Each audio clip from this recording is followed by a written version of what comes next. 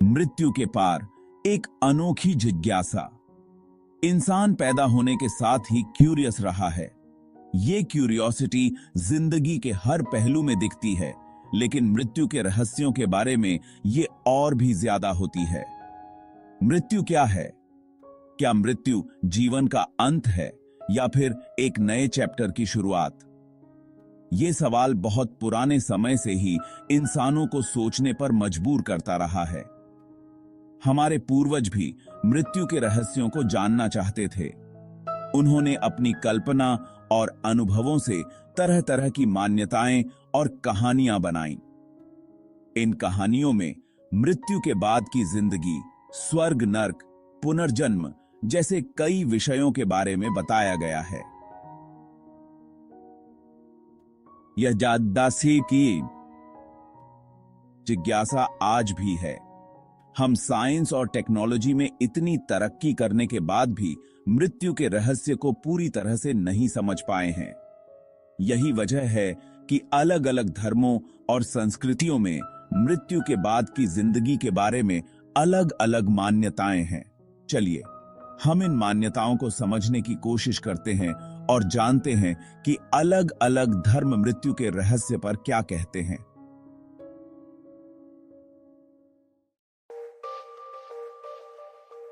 आत्मा की अमर यात्रा, अलग अलग धर्मों का नजरिया।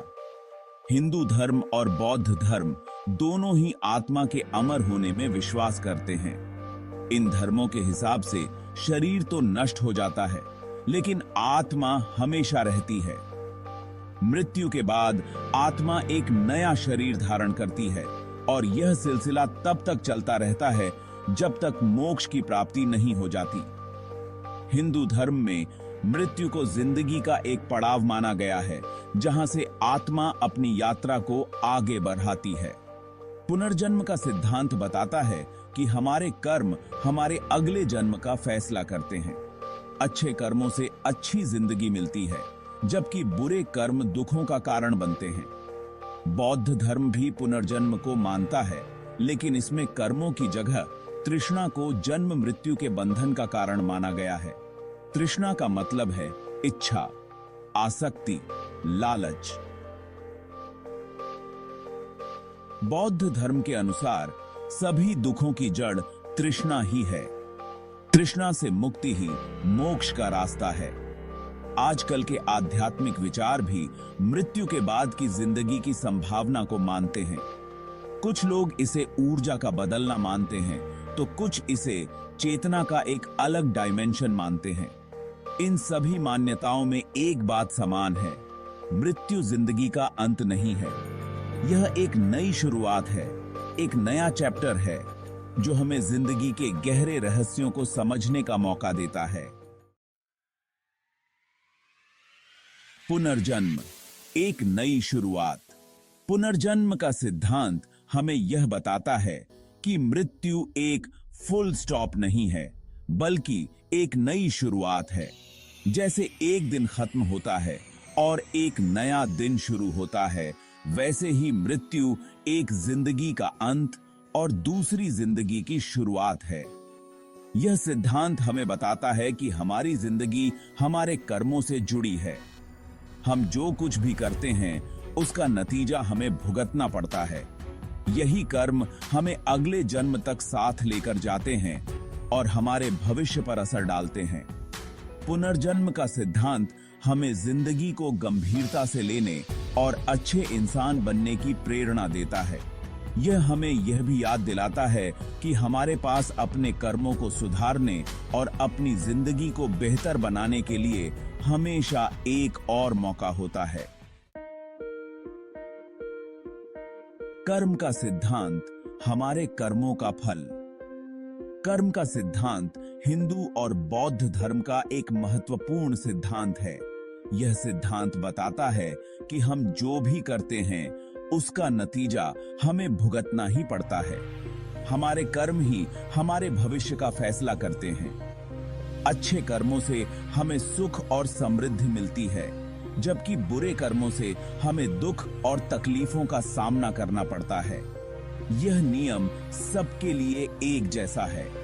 कर्म का सिद्धांत हमें अपने कर्मों के प्रति सचेत रहने की प्रेरणा देता है। हमें यह समझना चाहिए कि हमारे हर कर्म का नतीजा होगा और हमें उसका सामना करना ही पड़ेगा। मोक्ष की प्राप्ति, दुखों से मुक्ति। मोक्ष का मतलब है जन्म और मृत्यु के चक्र से छुटकारा। यह हिंदू और बौद्ध धर्म का सबसे बड़ा लक्ष्य है। मोक्ष पाने के लिए हमें अपने कर्मों को शुद्ध करना होगा और तृष्णा से मुक्त होना होगा।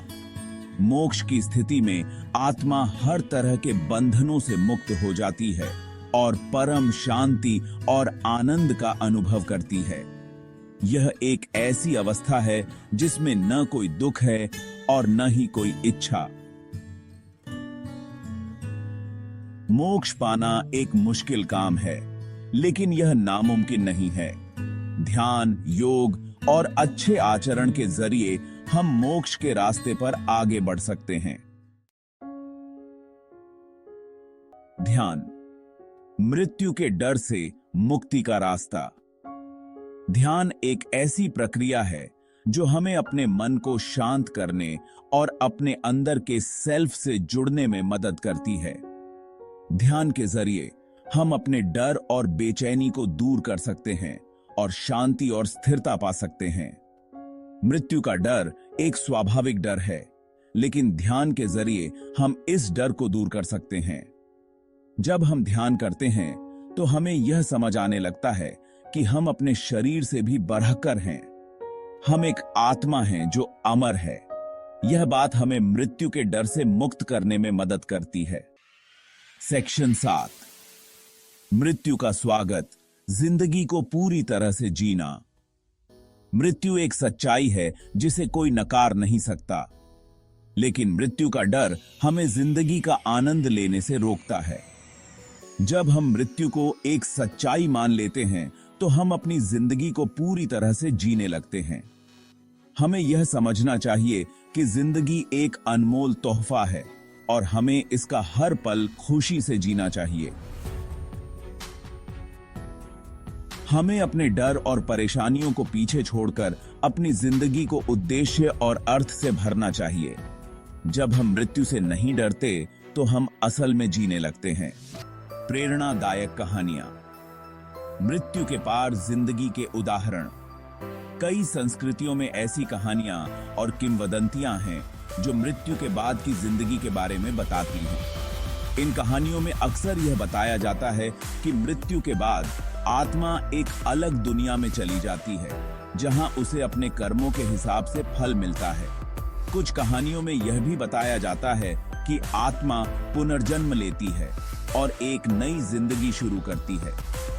ये कहानियां हमें यह याद दिलाती हैं कि मृत्यु जिंदगी का अंत नहीं है, बल्कि एक नई शुरुआत है। ये कहानियां हमें जिंदगी और मृत्यु के रहस्य को समझने में मदद करती हैं और हमें एक सकारात्मक नजरिया देती हैं। मृत्यु एक नया आरंभ।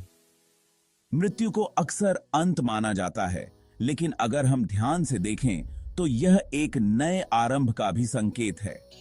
जैसे एक बीज जमीन में दफनाने के बाद ही एक नए पौधे को जन्म देता है, वैसे ही शरीर छोड़ने के बाद ही आत्मा अपनी नई यात्रा शुरू करती है। यह नया आरंभ हमें डराने वाला नहीं, बल्कि उत्साहित करने वाला होना चाहिए। जैसे हम एक यात्रा की योजना बनाते हैं और नई जगहों को देखने के लिए उत्सुक रहते हैं, वैसे ही हमें इस नए चैप्टर का भी स्वागत करना चाहिए। यह सोच हमें डर से मुक्त करके जिंदगी को एक अलग ही नजर से देखने में मदद करती है। निष्कर्ष, जिंदगी और मृत्यु एक सतत यात्रा।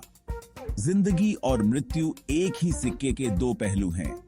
जैसे दिन के बाद रात और रात के बाद दिन आता है, वैसे ही जिंदगी के बाद मृत्यु और मृत्यु के बाद जिंदगी आती है। यह एक निरंतर चक्र है जो चलता रहता है। हमें इस चक्र को समझना चाहिए और इसके प्रति अपना नजरिया सकारात्मक रखना चाहिए। हमें जिंदगी को पूरी तरह से जीना चाहिए और मृत्यु को एक सच्चाई मान लेना चाहिए। जब हम जिंदगी और मृत्यु दोनों को समझ लेते हैं, तभी हम असल में आजाद होते हैं।